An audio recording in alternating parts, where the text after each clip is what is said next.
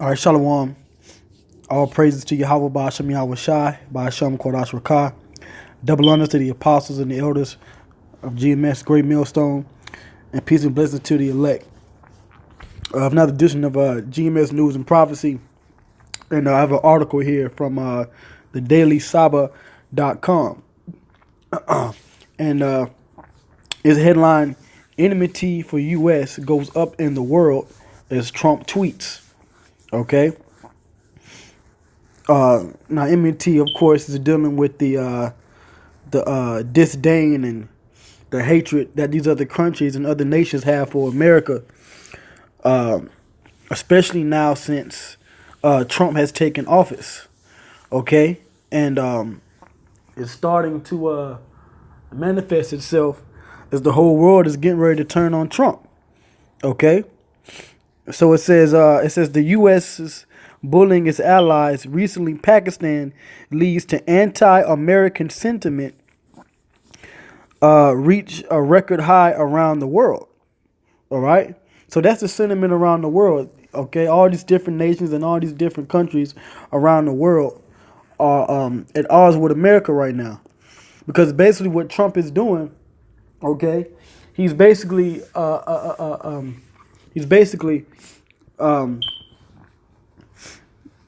what, like the article says, bullying. Okay, all right, he's basically going around the world and he's telling these other nations if they don't do what America says, okay, or if they don't continue in the policies and the standards that America has set forth for them, then, for instance, he's going to start sanctioning, okay, trade and different things like that, or he's going to cut off the aid, which is the money that America sends to these different countries each year. All right. So I'm going to read. It says, the new year started with protests in Iran. U.S. President Donald Trump's tweet regarding the protests in question has helped the world quickly focus on Iran. It also helped Tehran, blame the U.S. For the unrest and to say that the protests were a Western-supported conspiracy to overthrow the regime. In less than 10 days, the Revolutionary Guards entered the protests in the country. Tehran is probably thanking Trump for the tweet that made things easier for them. While we were all busy with the protests in Iran, asking each other if Washington was really involved, which we know they were. Okay, if I could add as a footnote, because these other countries, they understand how the elites send in these agent provocateurs to cause war and turmoil, and then get these other countries to start bending to America's will. All right, that's why they're all fighting back. So now it says Trump posted another tweet targeting Pakistan. Although this one was overshadowed by the one about Iran, it was more serious. On January 1st, Trump tweeted, the United States has foolishly given Pakistan more than $33 billion in aid over the last 15 years, and they have given us nothing but lies and deceit, thinking of our leaders as fools. It's funny, man, coming from Esau, because he's all about lying and deceiving, because that's what he's done to these other nations, man. He goes in there, starts wars, and he sets up these central banks, which is a credit-based system, which basically bankrupts these other nations' economy, man. Because the so-called white man is the devil. He's the real deceiver, okay? He's nothing but a terror, okay, to these other nations, man. All right? So it says, they give safe haven to the terrorists we hunt in Afghanistan with little help. No more. And that was not just an idle threat. 3 days later, the U.S. State Department announced that it was freezing most of its military aid to Pakistan. The exact amount of funds to be cut off has not been specified yet, but it may include $255 million in foreign military financing and $900 million in the Coalition Support Fund, according to reports. All right. Let's see. I'm going to go down. Right, let's go down with this here. It says Trump's harsh tweets towards North Korea and Iran, or his decision to recognize Jerusalem as the capital of Israel, would help to keep his popularity stable on his base. His tweets targeting Pakistan will probably do the same, but will his bullying actually work in Islamabad? Perhaps not as many in Pakistan seem to be fears over his tweets and this administration's decision. Excuse me. The government summoned the U.S. ambassador in Islamabad, while Pakistanis were on the streets protesting to expel the envoy. Because in other nations, they don't want America over there. You know, they were just trying to keep the peace, with the money coming in, but things have already burst into flame, so to speak. All right.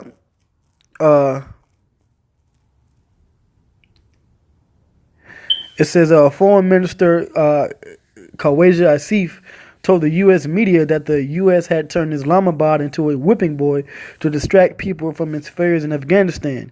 Asif added, "We don't have any alliance. This is not how allies behave." So even these government officials in Pakistan are distancing themselves from America. Okay. All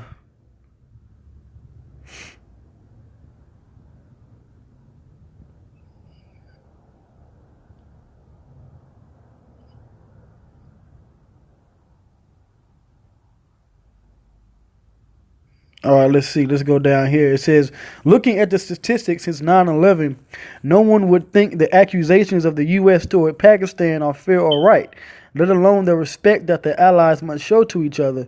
There is no sympathy in Washington for the people who lost their lives, putting Pakistan in the row of countries hit by the U.S. storm-making policies. I believe the Trump administration will be unable to find the support from the rest of the world, even its NATO allies. Okay? So, and just like the prophecy says, which I'm going to get it, all these other countries, including the allies of America, are going to start hating America. Okay? It says, no matter how much the U.S. administration increases the pressure on Pakistan, it would not be able to see Islamabad on his knees. If the U.S. cut its alliance with Pakistan, there would be one and only winner, China. Just like the U.S. pushed Turkey to sit on the table with Russia and Iran to solve the problem in this region, Beijing will come forward with further financial offers and new opportunities of cooperation. China holds most of America's debt, so it's in a position to be a new so-called economic superpower in the world,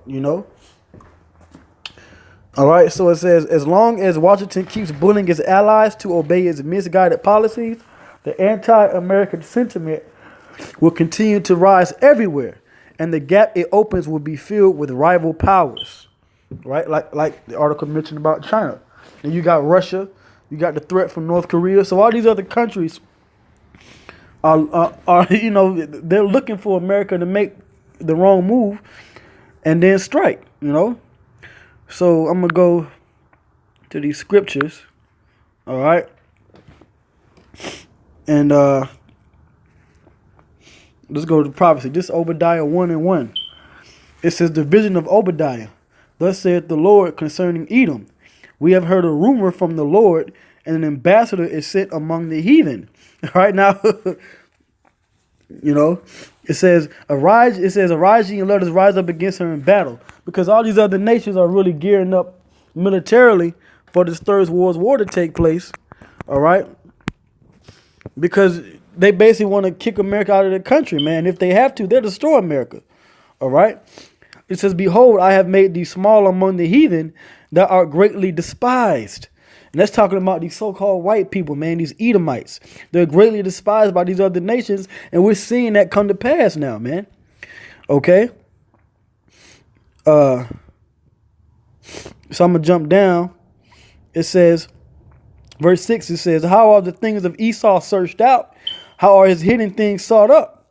Because things are coming out now about the truth about America and its policies, and about the elites, man, about the Rothschilds, the Rockefellers, the Illuminati, how they set up these central banks, and these other nations are not having that, man.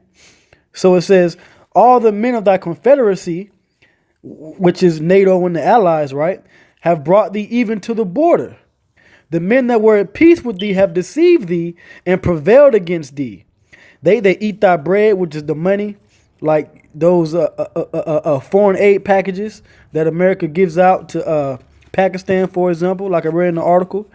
All right, it says, "They that eat thy bread have laid a wound under thee. There is none understand in him." Okay, that wound under thee is basically talking about how they're going to start undermining America. They're going to start doing other trade transactions with other countries. Like I said, like North Korea, Iran, Russia. Okay, so America is slowly but surely being placed on the island by itself. And so is these so-called Jews, man, over there in Israel. It's just going to be Israel and America, and that's going to lead to their destruction. Okay. So it says, shall I not in that day, saith the Lord, even destroy the wise men out of Edom, and understanding out of the mount of Esau? And thy mighty men, O Teman, shall be dismayed, to the end that every one of the mount of Esau may be cut off by slaughter. Because all these other nations are going to destroy America in this third world war, man, the war of Armageddon. And all these countries, the whole world is going to hate America, man. From Australia to China to Japan to Canada to Mexico. All these other countries, they're going to hate America, man. And they're going to destroy and they're going to burn America with fire, man. Thus saith the Lord. Okay? And the reason being is because of the Lord has a controversy with these other nations because of the children of Israel, the so-called blasphemers and Native Americans, and what Esau has done to our people, man. You know? So, like I said, these prophecies are coming to pass quickly, man. You know, there's always something. Coming out day by day, man. You know, they're tired of America, man. All right, they're tired of this place. But with that, with that, I'm gonna end it there. I'm gonna give all praise to Yahweh Bashem Yahweh, double honors to the apostles. Our praise to Yahweh Bashem Yahweh, by Hashem Korash Rakah. Shalom.